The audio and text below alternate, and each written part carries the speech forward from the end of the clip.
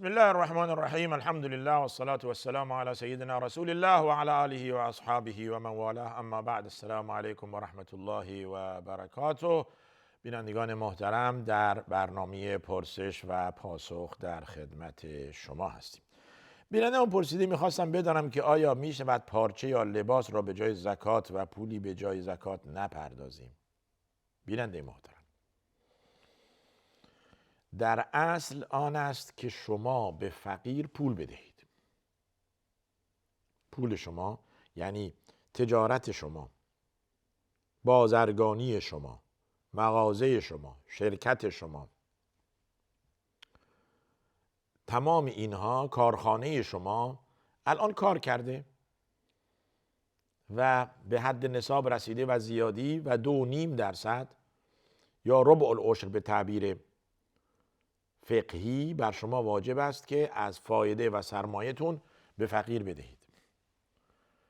بعد میایید شما نگاه میکنید میگید ای بابا، اینجا صبر کنید پول ندیم به فقیر. تو انبار نگاه کنید یک کالایی که 2-3 سال اونجا افتاده، پوشاک هایی که نفروختیم کهنه شده یا اینکه بالاخره تو پلاستیک ها، ولی به تعبیر امروز استوک هست، یعنی زیاد داریم از این. پس از این لباس بدیم به فقیر. یا کیف مدرسه خیلی آوردیم فروش نرفت، این را بدیم به فقیر. یا اینکه مواد غذایی تاریخ انقضاش و اکسپایرش نزدیک، این بدیم به فقیر. هیچ کدوم از اینها جایز نیست.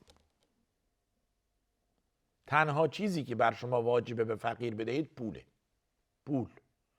بله، حالت استثنایی میشه که فقیر خودش سفارش کنه. آقا شما مثلا میخواهید 1,000,000 تومان به من زکات بدهید یا 10 میلیون تومان به من زکات بدهید، به جای اون بروید مواد غذایی برای من بخرید. بیا، من کسی ندارم بره مواد غذایی برام بخره، سرد پوشاک ندارم، پتو ندارم، پلتو ندارم، لباس گرم کننده ندارم، اینو برام بخرید و با همون پول. اون یک مسئله استثنایی است، ولی در اصل و غالبا 99% فقرا پول میخوان. آقا این نان شبش نداره، فقیره، شما میرید براش پوشاک میفرستید، چه کار کنه؟ یا میروید بهش 2-3 از این کیسه برنج، اون یکی هم 10-12، اون یکی هم به همین مقدار، انبارش تا زیر سقف پر از برنجه.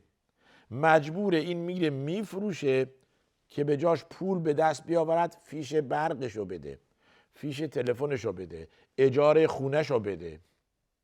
خب چرا شما برای فقیر کار پیدا کردید، برای فقیر مزاحم فقیر شدید؟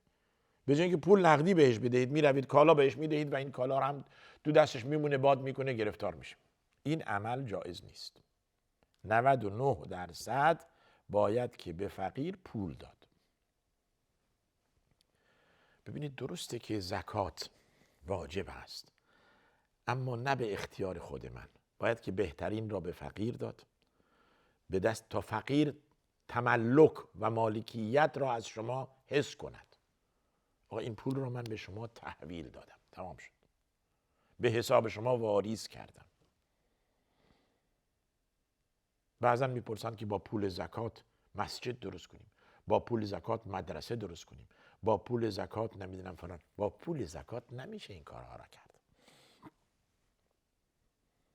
بنای مسجد بر همه واجب است که با پول خودشون غیر از پول زکات بنا کنن. پول زکات از آن، ببینید 8 صنف داریم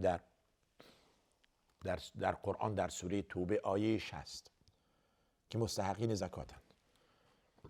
میفرماد انما الصدقات للفقراء والمساکین والعاملین علیها والمؤلفة قلوبهم وفی الرقاب والغارمین وفی سبیل الله و ابن السبیل. این 8. زکات برای فقرا، مساکین، کسی که زکات جمع میکنه، عاملین علیها، و در راه خدا. حالا این در راه خدا سری چیزها شاملش میشه، البته بحثش متول هست. و کسی که راه گذره زکات بهش، کسی که ضرر کرده، تاجر بوده الان شده فقیر، بهش زکات تعلق میگیره. پس این 8 صنف در سوره توبه اومدن. غیر از این شما نمیتوانید خودسرانه نظر بدید. اموال شما زکات است برای اینها و از اموالتون و از پولتون باعث بدهید، نه از کالا و از لباس و پوشاکی که در مغازتون مونده. بیننده ما پرسیدن آیا این دعا یا ذکر مخصوص برای زیاد شدن رزق و روزی آیا دعایی هست؟ راهنمایی کنید که ما روزیمون خیلی کم هست، باید چه کار کنیم؟ ببینید روزی شما کم هست با خداست. و فی السماء رزقکم و ما توعدون. خدا میفرماید روزی شما در آسمانه و آن چی که بهش وعده داده میشوید. خداوند روزی رسان است. اما بله دعا هست. شما دعا کنید خدایا اللهم اینی اسألک من فضلک و رحمتک فانه لا یملکها الا انت. خدا من از فضل و رحمت تو میخوام، غیر از تو کسی دیگه مالک آن نیست. این دعای روزی است. دعا کنید که خدایا اللهم زد فی اولادی و اموالی و بارک فیهما. خدایا اولاد من و اموال من رو زیاد کن و برکت بنداز. دعا کنید تا خداوند به روزی شما برکت بیندازد.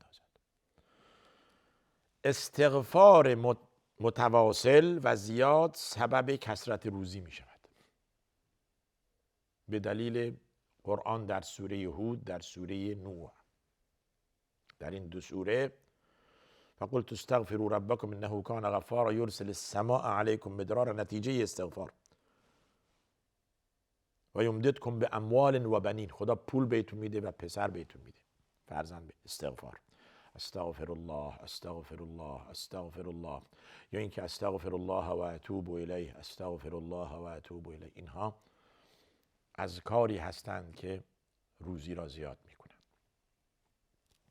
پایبند بودن و نه یک بار و دو بار. متاسفانه من و شما در روزی چند بار استغفار میکنیم.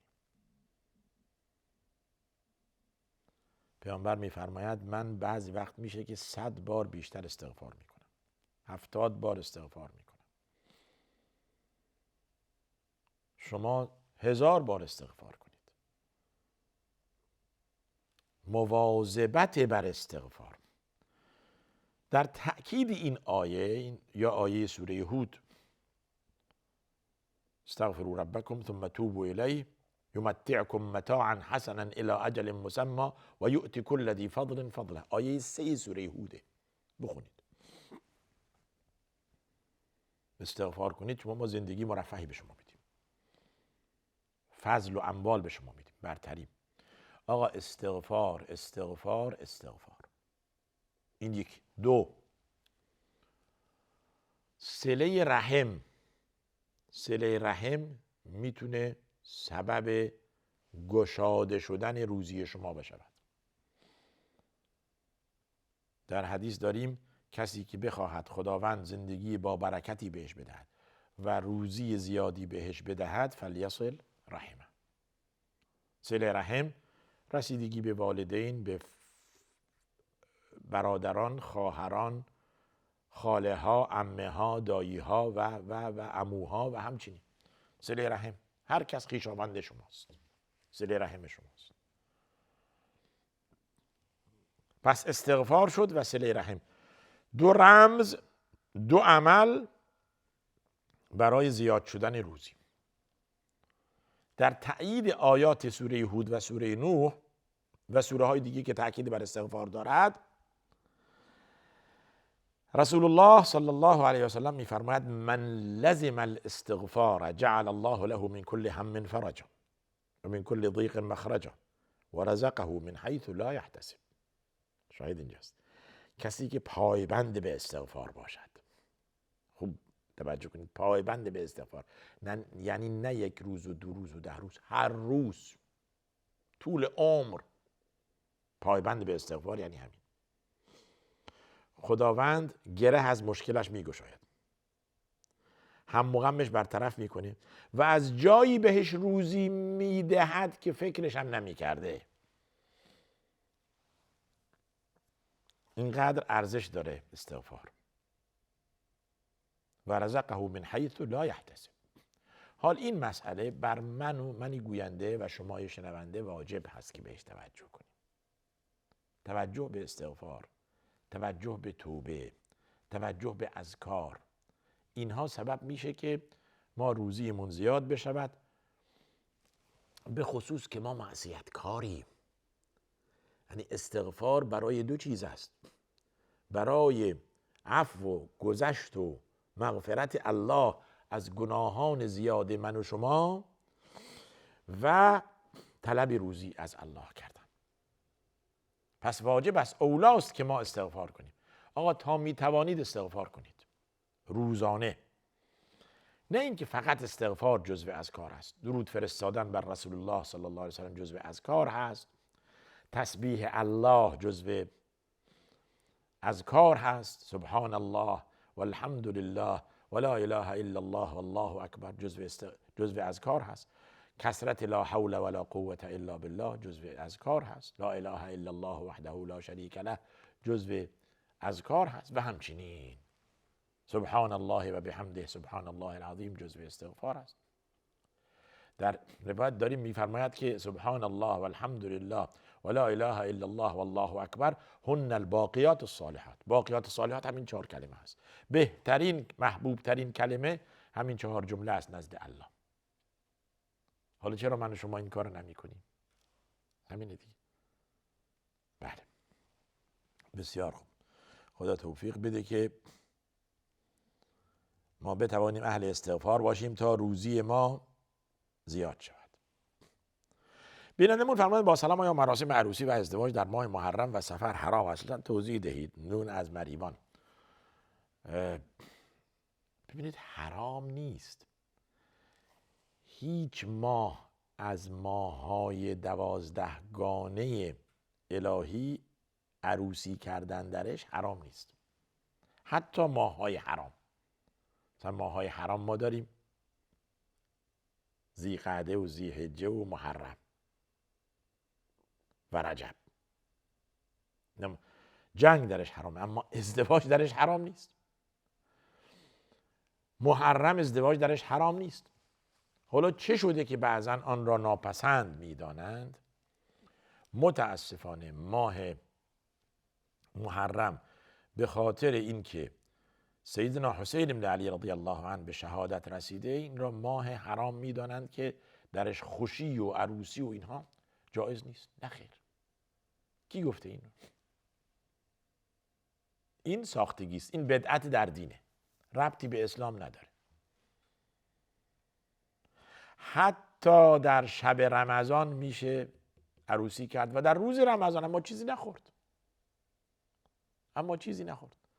و در روز رمضان مجامعت حرامه، در شب رمضان. پس اشکالی نداره در رمضان باشه.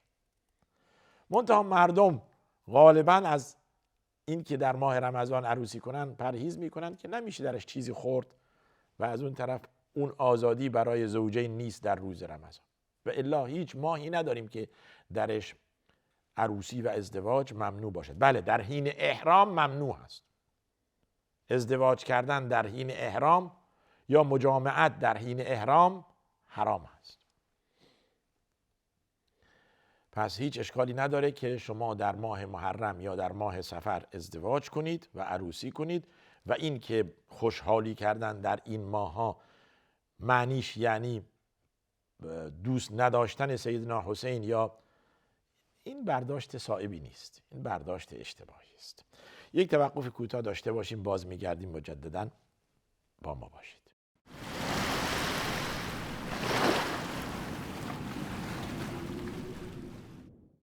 با سلام مجدد. بینندمون درباره نماز تسبیح پرسیدن که سنت است یا واجب و چگونه خوانده می شود. خواهرمون فاطمه از بندر لنگه. ببینید خواهر، نماز تسبیح دربارش زیاد صحبت کردیم. این حدیثی که وارد شده در فضیلت نماز تسبیح اون درجه قوت و قدرت زیاد ندارد. نزد برخی از اهل علم این ثابت شده. البته امام البانی میفرماید که حدیث صحیح است. روی هم رفته این نماز سنت هست. شما که گفته اید که نماز تسبیح سنت هست، حدیث اینطور میفرماید که پیامبر به عمویش عباس گفت آیا شما را دوست نداشته باشم، شما را نصیحت نکنم، شما را اگر توانستید روزی یک بار این نماز را بخوانید یا ماهی یک بار این نماز را بخوانید یا سالی یک بار این نماز را بخوانید. در 2 رکعت نماز 4 رکعت هست، 2 رکعت. در رکعت اول 15 بار تسبیح بعد از سوره فاتحه، بعد از پایان سوره قبل از رکوع.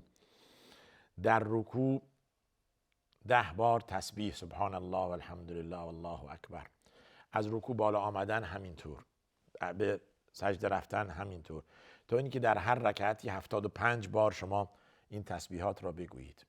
حالا کسی که میخواد انجام بده انجام میده، ما نهیش نمی کنیم، ولی دلیل سنت بودن این نماز خیلی قوی نیست. بارها بنده عرض کردم، ولی کسی که میخواد بخواند. به قول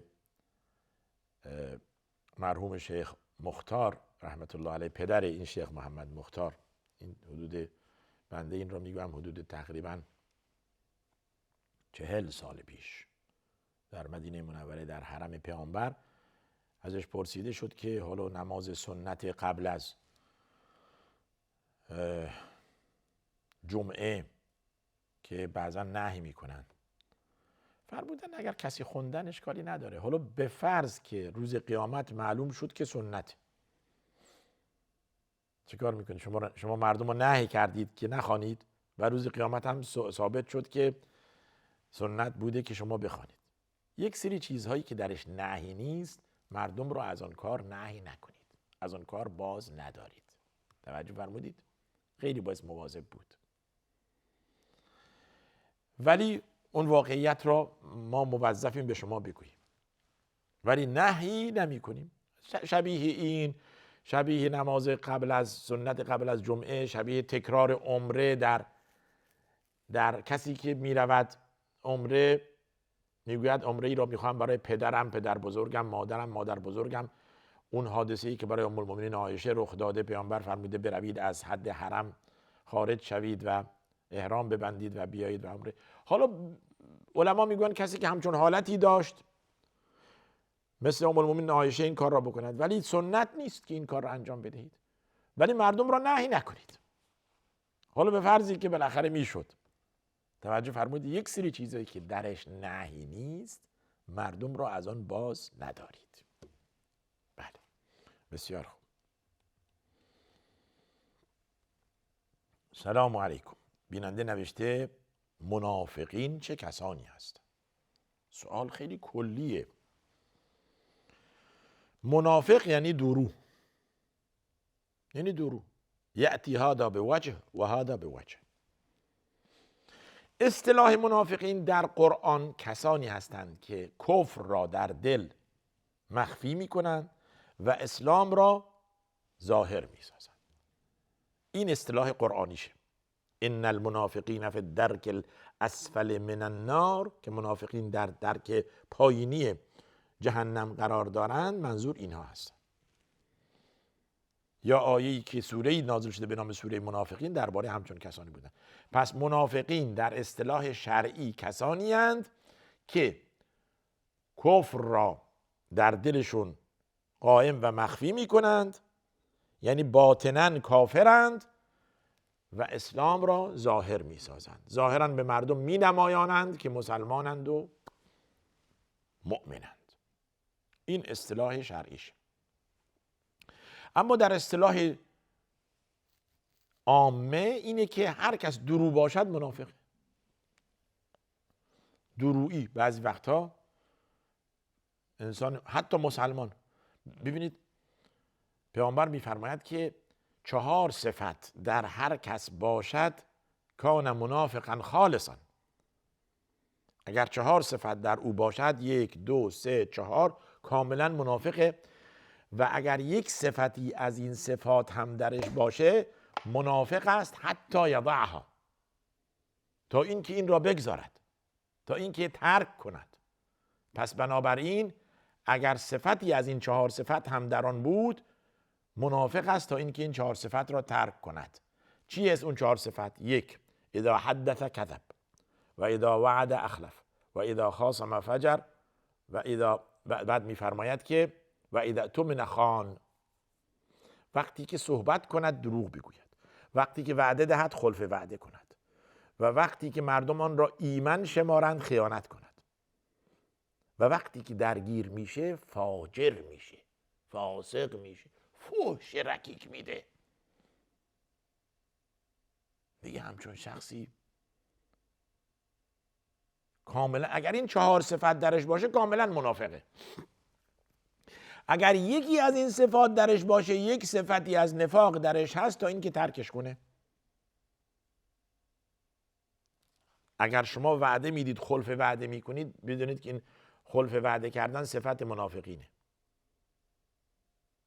اگر که دروغ میگویید بدانید که دروغ گفتن صفت نفاقه، صفت منافقینه. اگر خیانت در امانت کردید صفت منافقینه. اگر که درگیر شدید و فحش رکیک دادید صفت منافقینه. این را ترک کنید، این صفات را ترک کنید. بنابراین منافق در اصطلاح شرعی کسی است که در ظاهر مسلمان، در باطن کافر است. مثل منافقین در صدر اسلام بودن در مدینه. خداوند اسامی منافقین را به پیامبر داد که چه کسی منافق است، 1 2 3 4 5 و رسول الله صلی الله علیه و سلم را هم اسامی منافقین را به حذیفه ابن یمان داد. صاحب سر رسول الله صلی الله علیه و سلم بود، حذیفه ابن الیمان. به او گفته بود که فلانی و فلانی و فلانی و فلانی و فلانی منافق هستند.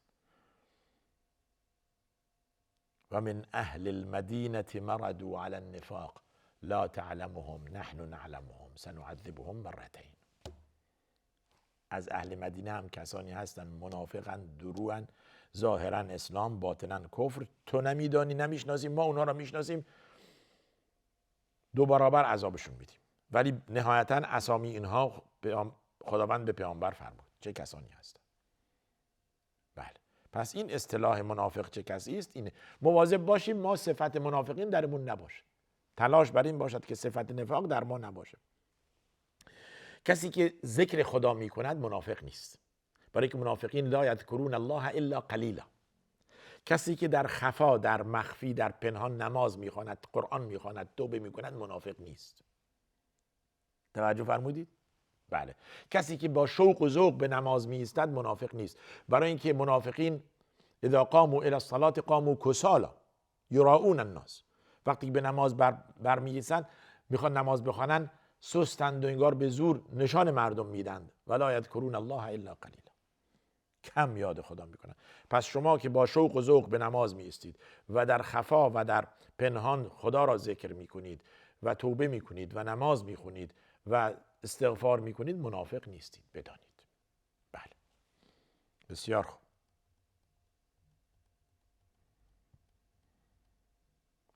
بینندمون از شیراز سوالی دارند در رابطه با این که این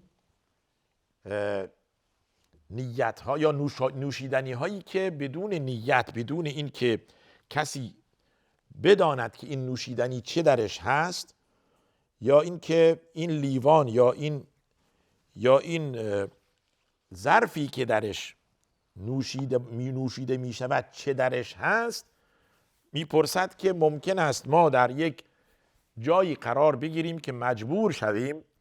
میفرماید مجبور شویم و آیا درست است که 40 روز نماز آن درست نمی شود یا نماز آن باطل هست؟ تا نماز به جای آورد لطفاً راهنمایی کنید. اشتباهاً، اگر همچون که شما فرمودید اشتباهاً چند بار ندانسته نوشیدنی هایی صرف کردید که بعداً متوجه شدید که حاوی الکل بوده یا هر نوشیدنی های دیگه، شما گناهی ندارید. ببینید کسی که اشتباه مرتکب به چیزی می شود معصیتی ندارد. شما که به طور عمد نرفتید مشروبات الکلی را مصرف کنید، تعمدی در عمل شما نبوده، حالت ندانسته دارید، حالتی برای شما به وجود اومده که بعد متوجه شدید. بعدا متوجه شدید ای بابا این که درش آبجو بود، درش شراب بود، درش ویسکی بود، درش یا در این ظرف بود، ما ندانسته رفتیم این کارو. رفع عن امتی الخطأ و النسیان و ما استکرهوا علیه. پیامبر میفرماید امت من مرفوع القلم هست در چند جا: اگر خطا کند، یا فراموش کند، یا بر چیزی وادار شود، اکراه. اینجا دیگه معصیتی پاش نوشته نمیشه. شما ندانسته این کارو کردید. پس چیزی که انسان نمیداند تعمدی درش نیست و گناهی هم ندارد. 100% این را بدانید، گناهی ندارید، چون که تعمدی در این کار نبوده است. آقای میم عین از شیراز بودن بینندمون. پس نمازتون اشکالی نداره، نمازتون صحیح هست و قضا هم نداره.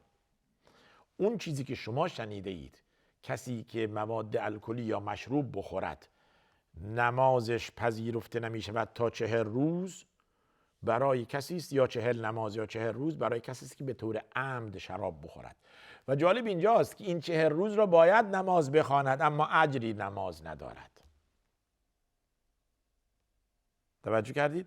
نماز باید بخواند، وظیفه اوست که نماز بخواند، اما اجر ندارد. بسیار خوب. بینندمون در رابطه با اینکه نمازهای ظهر و مغرب و عشا تا چه اندازه درست هست، یعنی وقت اینها کی هست، پرسیدند. وقت این نمازها بیننده محترم خداوند تعیین کرده، جبرئیل به یاد رسول الله صلی الله علیه و سلم داده و نماز ظهر میفرماید زمانی که آفتاب به طرف مغرب میخواهد زوال کند. این یه وقتیه برای نماز ظهره که آفتاب در وسط آسمان قرار بگیره و میل به طرف مغرب میکند. این شروع وقت ظهره. نماز عصر وقتی که سایه هر چیزی 2 برابر شد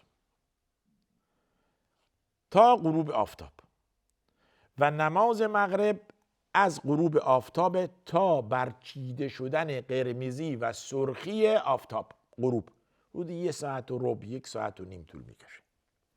و نماز عشا از همون وقت شروع میشه تا سپیده دم فردا صبح، شفق صادق. حالا امروز شما ساعت دارید، امروز شما عرض شود که تایم هست، امروز همه چیز دقیق، موبایلتون، هیچ عذری برای وقت نماز ما دیگه نداریم. ببینید یکی از نعمتهای الهی اینه که همه چیز دیجیتالی شده. اگر که مواضع یا جاهای منفی در این موبایل هست یا در این سایت هست، جای مثبتش هم هست، سایت مثبت هم هست، مثل اوقات نماز و وقت نماز. پس بنابراین حریص باشید برای وقت نمازهای 5 وقت. یه توقف کوتاه داشته باشید، مجددا باز میگردیم خدمت شما، با ما باشید.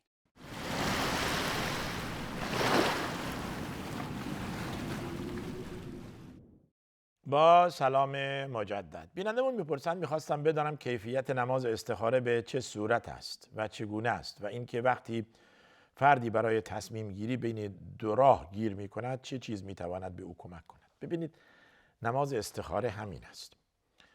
در حدیثی داریم صحابه رسول الله صلی الله علیه و سلم میفرماید که پیامبر به ما نماز استخاره یاد میداد همچون که سوره‌ای از قرآن یاد میداد. یعلمنا الاستخاره کما یعلمنا سوره من القرآن. میفرمود زمانی که شما تصمیم گرفتید یک کاری را انجام بدید، بعد متردد بودید که این کار را انجام بدهید یا انجام ندهید، یعنی به تعبیر شما در 2 راهه گیر کرده بودید. فلیرکع رکعتین من غیر الفریضه. 2 رکعت نماز سنت میخواند، نه نماز فرض، نماز سنت میخواند، من غیر الفریضه. بعد از نماز دعا کند. بگوید خدایا من میخواهم با فلانی در امور تجاری شریک بشم، نام میبرد. خدایا اگر این کار برای من خیریت هست مرا موفق ساز و اگر که این کار به ضرر من هست مرا از این کار منصرف کن و هر جا که به نفع من است مرا موفق ساز. این خلاصه نماز استخاره و دعای استخاره است. حالا به زبان عربی نمیدونید، به همین مختصری که بنده عرض کردم شما بخوانید، در حالی که دعاش اینه: اللهم انی استخیرک بعلمک و استقدرک بقدرتک فانک تقدر ولا اقدر و تعلم ولا اعلم انک انت علام الغیوب. ادامه داره. شما عربیش بلد نیستید، همین مختصری که بنده عرض کردم. مترددید بین یک کاری، حالا این بنده عرض کردم شراکتی، ممکنه سفر باشد، ممکنه مدرسه و دانشگاه باشد، ممکنه ازدواج باشد، ممکنه خرید خونه یا ماشین باشد، ممکنه یک سری کارهایی که انسان متردده بین این که آقا این کار به خیرشه، به نفعشه، به ضررشه، این کار رو بکنه نکنه، نمیدونه. اینجاست که انسان متردد استخاره لازم دارد. استخاره لازم دارد که چگونه در کار خود موفق شود. این استخاره هست و منتظر نتیجه هم نمی شود.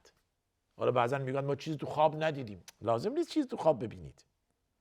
شما اون چیزی که وظیفه شما بوده انجام دادید. وظیفه شما چی بوده؟ از خدا خواستن، مشورت کردن با الله. خدایا ما که نمیدانیم، با تو مشورت میکنیم، خدایا اگر خوبه ما رو موفق ساز و اگر بده ما رو منصرف ساز. اینجا دیگه منتظر نباشید که تو خواب چیزی ببینید یا کسی بهتون بگه این کار انجام بده یا این کار انجام نده. شما میرید جلو، به پروژه‌ای که در نظر دارید ادامه میدید. اگر که خدا میل ندارد بالاخره یه شکستی تو کار میاد، یه مانعی تو کار میاد، یه جایی کارتون گیر میکنه. خب دیگه خدا میل نداره. توجه فرمودید؟ و همین است. میرید خواستگاری و از اینکه استخاره کردید کارتون رو روش کار انجام میدهید، بعد خب دختر میگه که نخیر من نمیخوام ازدواج کنم، یا پدر دختر قبول نمیکنه، یا خود شما پسند نمیکنید، یا به یک نحوی اشکالی در کار پیش میاد که نتونید ازدواج کنید، یا همچنین مسافرت یا شراکت یا هر چی هست. توجه فرمودید؟ پس این استخاره هست. بعضن میان استخاره با قرآن میکنن. این غلطه آقا، این اشتباه است. قرآن را باز میکنن، اگر یک اول سوره خوب بود میگن آقا خوبه، یا بعد بعضن در ایران داشتیم چاپ هایی می نوشتن یه زمانی یه طرف قرآن می نوشتن خوب، یه طرفش می نوشتن بد. شما باز میکنید اگر طرف خوب اومد میگه ها درست، آقا با قرآن استخاره. اینا سوء استفاده از اذهان مردمه. یا نزد فلان آقا بروید برای من استخاره کنید. شما خودتون برای خودت استخاره کنید. کسی برای دیگری استخاره نمی کند. هر کس خود برای خود استخاره کند. توجه کردید؟ بله. بسیار خوب.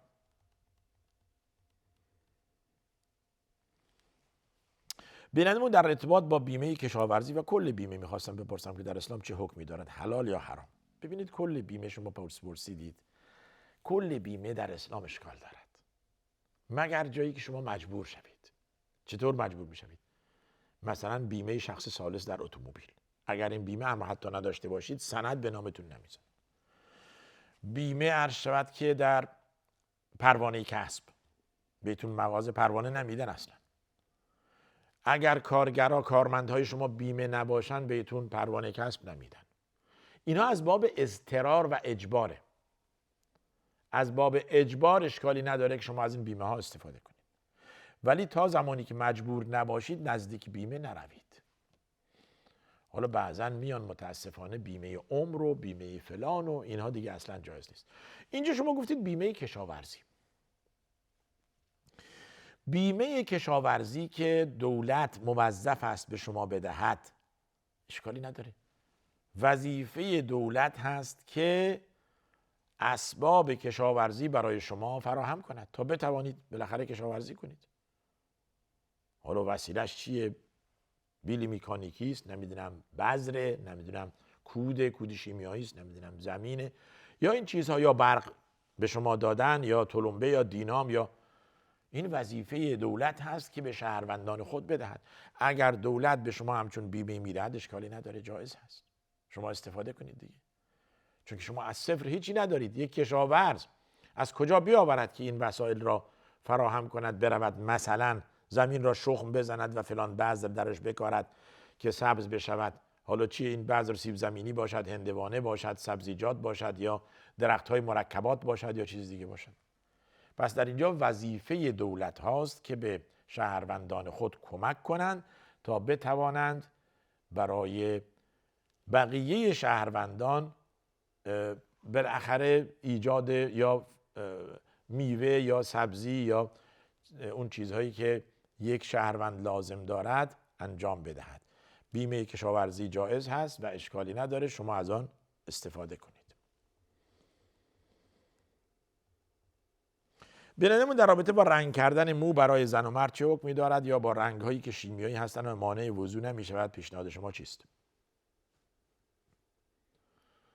اشکالی نداره. اون چی که در بارش صحبت شده برای جایز نبودن رنگ ریش یا موی سر مرد یا موی سر زن، زمانی است که غیر طبیعی باشد. یعنی چی؟ یعنی یک مرد یا یک زن 80 ساله بیاید و موی سر خود را کاملا مشکی کند یا موی ریش خود را کاملا مشکی کند. اینجا درش نهیه، با اون ملامح صورت همخوانی نداره. اینجا اشکال داره. این کار علما میفرمایند که جایز نیست. اما در غیر این صورت اشکالی نداره که شما موی سرتون یا ریشتون رو رنگ کنید، به خصوص اگر رنگ مشکی نباشد، 100% مشکی نباشد، یعنی قهوه‌ای رنگ باشد. پس حتی در نزد برخی از اهل علم میفرمایند عمری یک بار هم که باشه شما رنگ بزنید. حدیث داریم شما خلاف اهل کتاب این یهود و نصارا، اونها رنگ نمیزنید، شما رنگ بزنید. شما رنگ بزنید، خلاف انجام بدهید. و صبغ یا رنگ زدن مو و ریش شرعاً جایز هست و اشکالی نداره و بلکه هم بهتر هست. بله، بسیار خوب. مانع وضو نمیشه. ببین شما گفتید مانع وضو نمیشه. مانع وضو چیزی میشه که لایه داشته باشه. لایه یعنی حالت شما زنان لاک ناخن میزنن، این لایه هست، این مانع رسیدن آب به ناخن میشه، اینجا وضو درست نیست. اما رنگ موی سر یا ریش مانع رسیدن آب به مو یا به ریش نمیشود. پس اون چه مانع میشود جایز نیست شما، یا وضوء شما صحیح نیست. بله، بسیار خوب. بازی های رایانه‌ای از نظر اسلام اشکالی دارد. ببین چه بازی باشد، چه بازی باشد. یک بازی هایی که به شما خشونت و وحشیگری و قتل نفس و خودکشی یاد میدهد حرام است. یا شبیه این به شما بداخلاقی، بی‌عفتی یاد میدهد، این حرام است. بازی های عادی اشکالی نداره. حالا بازی هایی که درش ورزش باشه، مثلا بازی های رایانه، فوتبال باشد، ورزش باشد، چیز دیگه باشد، اشکالی ندارد. بازی هایی که به شما بد می آموزد و اخلاق شما را فاسد می کند، وقت شما را می گیرد، نماز صبحتون، نماز شبتون، نماز روزتون را می گیرد، از درس شما را باز می دارد، اینها حرام است. در غیر این صورت اشکالی نداره. ببینم چه بازی باشد. بله، بسیار خوب. آیا در جماعت و جمعه وقتی امام جماعت سوره فاتحه را خواند، سپس ما باید چند آیه یا سوره از قرآن را بخوانیم؟ اون چه واجب است خواندن سوره فاتحه است برای امام و مأموم. این قول صحیح است. بعد از سوره فاتحه خواندن سوره دیگر سنت است. در نمازهای سریه مثل ظهر و عصر در 2 رکعت اول هم امام و هم مأموم 2 سوره میخوانند، سوره فاتحه و سوره غیر از سوره فاتحه یا چند آیه از یک سوره، فرق نمیکنه. در 2 رکعت دوم و 2 رکعت آخر نمازهای 4 رکعتی امام و مأموم تا سوره فاتحه بسنده میکنند، تا ولضالین، دیگه سوره بعد از آن نمیخوانند. این شرعی است. اما میمونه سوره بعد از این که امام ولضالین گفت برای مأمومین چی؟ سادات شافعی میگویند تحت هر شرایطی باید سوره فاتحه را خوند. دلیل هم قوی است. من لم یقرأ بفاتحه الکتاب فلا صلاة له. کسی که سوره فاتحه نخواند نماز ندارد. حالا بالاخره باید خوند. امام در حال خوندن سوره هست، ساکت هست، یا باید خوند. علمای دیگر میفرمایند از جمله سادات احناف زمانی که شما سوره فاتحه را از امام شنیدید دیگه بستونه. دیگه لازم نیست که سوره دیگر بخوانید. در هر دو حالت نماز صحیح است، ولی دقت کنید که سوره فاتحه را بخوانید. برای که از خلاف فقهی خارج شوید این سوره ها را بخوانید و اجر دارید. وقتی نمونده یک سوال دیگه اگر بتونیم ما جواب بدیم، آیا دست زدن به شرمگاه با کف دست وضو را باطل می کند؟ بله، دست زدن به شرمگاه با کف دست وضو را باطل می کند و تعمد درش باشد وضو را باطل می کند. و همین است اگر که شما، یکی از مبطلات وضو همینه، شما غسل کردید، غسل را انجام دادید، بعد دست زدید به عورتتون به عمدن، نه به سهو و فراموشی و خطا.